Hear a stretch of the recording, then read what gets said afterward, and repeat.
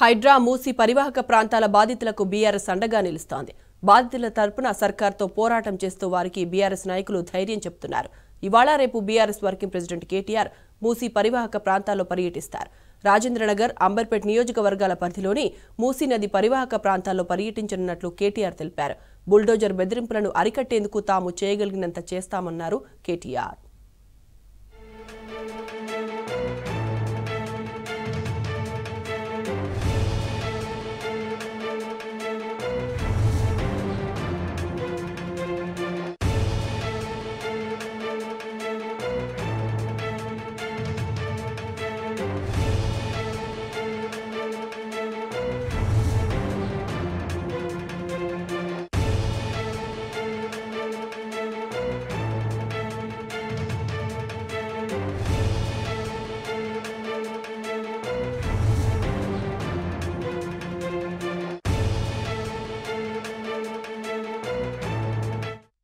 ఇక ఇదే అంశానికి సంబంధించిన పూర్తి డీటెయిల్స్ మా ప్రతినిధి వంశీని అడిగి తెలుసుకుందాం. Vamsi, good morning.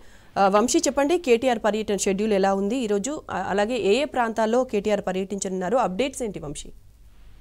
మూసీ పరివాహక ప్రాంతాల్లో ఏదైతే నివాసం ఉంటున్నటువంటి వారిపైన రాష్ట్ర ప్రభుత్వం వ్యవహరిస్తున్న తీరు కావచ్చు, వారి ఇళ్లను కూల్చివేసినటువంటి పరిస్థితి కూడా మనం చూస్తా ఉన్నాం.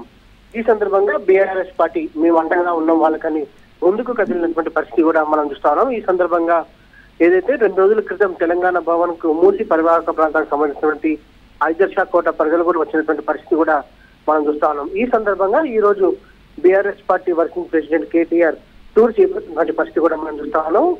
అటు రాజేంద్ర నగర్ కావచ్చు, దాంతో పాటుగా అత్తాపూర్ ప్రాంతాల్లో ఉన్నటువంటి మూసీ పరివాహక ప్రాంత ప్రజలను పరామర్శించి వారికి అండగా నిలబడడానికి బీఆర్ఎస్ పార్టీ వర్కింగ్ ప్రెసిడెంట్ ఈ రోజు వెళ్లనున్నటువంటి పరిస్థితి కూడా మనం చూస్తా ఉన్నాం.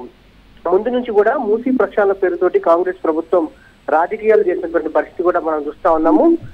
ఏదైతే 1,50,000 కోట్లను ఏదైతే బడ్జెట్ గా రూపొందించి చూపించి అటు మూసీ పరివాహక ప్రాంతాలపైన డెవలప్మెంట్ పేరుతోటి వారి ఇండ్లను కూల్చివేసినటువంటి సందర్భాన్ని కూడా మనం చూస్తా ఉన్నాము. గత కొద్ది రోజుల నుంచి కూడా BRS party working president KTR హెచ్చరిస్తున్నటువంటి పరిస్థితి కూడా మనకు కనపడతా ఉంది. పేదల జోలికి వెళ్ళవద్దని కూడా ముందు నుంచి కూడా హెచ్చరిస్తున్నటువంటి పరిస్థితి కూడా మనం చూస్తా ఉన్నాము. గతంలో అసెంబ్లీ సమావేశంలో కూడా దీన్ని ఏదో ఒక 1,50,000 కోట్లు పెట్టి ఎట్లా ఖర్చు అవుతుంది, డిపిఆర్ ఎలా తయారు చేశారనే అంశానికి సంబంధించి రాష్ట్ర ప్రభుత్వాన్ని నిలదీసినటువంటి సందర్భం కూడా మనం చూస్తాము. ఆ సందర్భంలో సీఎం రేవంత్ రెడ్డి కావచ్చు, కాంగ్రెస్ ప్రభుత్వం మంత్రులు కూడా డైవర్షన్ చేసినటువంటి పరిస్థితి కూడా మనం చూస్తాము. ఈ అంశాన్ని ప్రజెంట్ గత కొద్ది రోజుల నుంచి కూడా BRS party working president KTR హెచ్చరించినటువంటి సందర్భాన్ని కూడా మనం చూస్తా ఉన్నాము.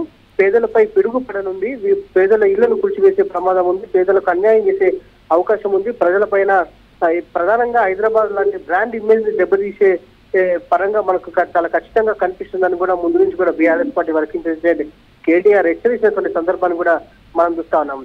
ఈ సందర్భంగానే తెలంగాణ భవన్ కు అటు మూసీ పరివాహక ప్రాంత ప్రజలు వస్తున్నటువంటి సందర్భం కూడా మనం చూస్తా ఉన్నాము. తమకు తెలియకుండానే తమ ఇళ్లకు మార్పు వేసినటువంటి సందర్భాన్ని కూడా వారు తెలియజేసి బాధకు ఏదైతే గురైనటువంటి పరిస్థితి కూడా మనం చూస్తా ఉన్నాము. నిన్న మాజీ మంత్రి ఎమ్మెల్యే హరీష్ రావు ఐదర్షా కోట కావచ్చు, దాంతో పాటుగా కార్వాన్ ప్రాంతాల్లో పర్యటించినటువంటి సందర్భాన్ని మనం చూస్తా ఉన్నాము. ఈ రోజు BRS party working president KTR అటు రాజేంద్ర నగర్ కావచ్చు, అత్తాపూర్ ప్రాంతాల్లో పర్యటించనున్నారు. ప్రజలకు అండగా మేము ఉన్నామంటూ బీఆర్ఎస్ పార్టీ ముందుకు కదిలినటువంటి సందర్భాన్ని కూడా మనం చూడొచ్చు.